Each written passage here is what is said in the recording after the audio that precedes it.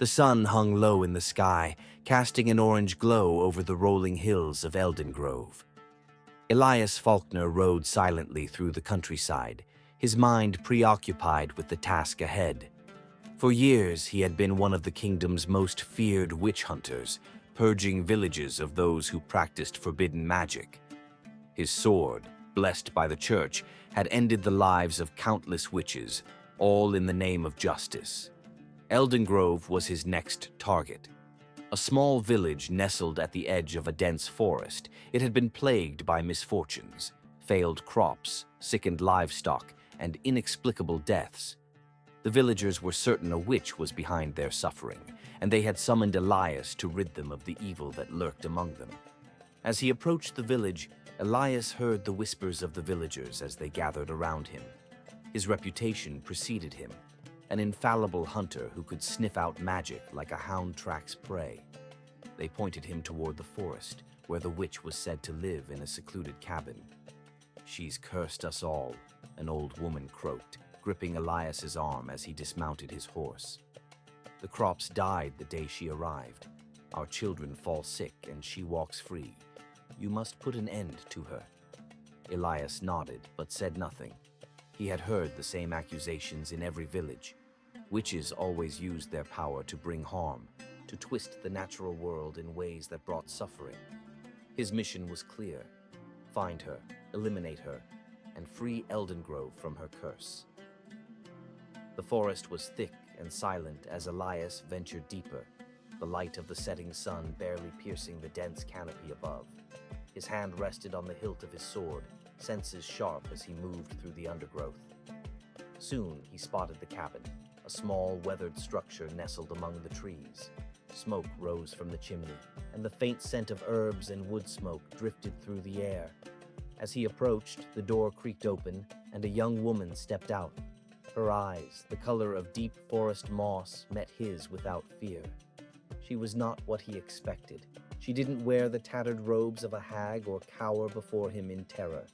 Instead, she stood tall, her dark hair cascading over her shoulders, a quiet strength in her posture.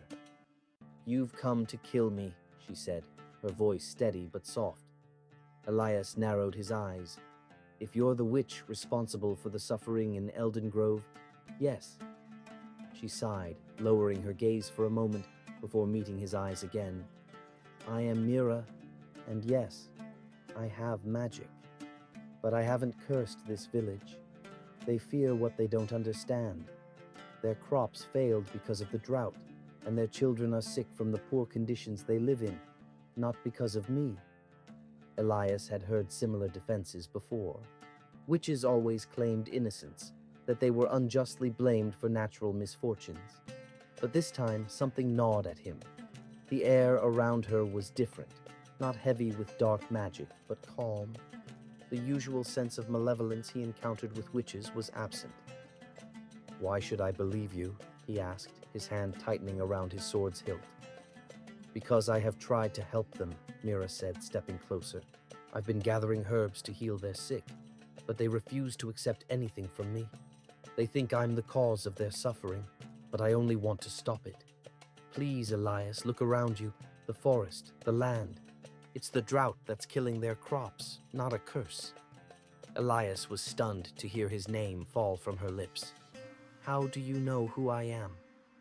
"You're the most feared witch hunter in the kingdom," she said with a sad smile. "Your name is whispered in every village. I knew it was only a matter of time before they called for you." He stepped back, his mind racing. Something about her words struck a chord deep within him. He had always believed his work was righteous, that witches were evil creatures who deserved to be hunted. But as he stood before Mira, doubt began to creep into his heart. Could she be telling the truth? Could the villagers be wrong? Before he could respond, the distant sound of voices echoed through the trees. The villagers were coming. They had followed him, torches in hand, determined to see the witch burned. "They won't listen to reason," Mira said, her eyes filled with quiet resignation. "They've already decided I'm guilty." Elias turned toward the approaching mob, and something shifted inside him. He had seen enough innocent blood spilled in his years as a hunter. He had followed orders without question, convinced of his righteousness. But now, standing between Mira and the villagers, he realized he could no longer carry out such blind justice.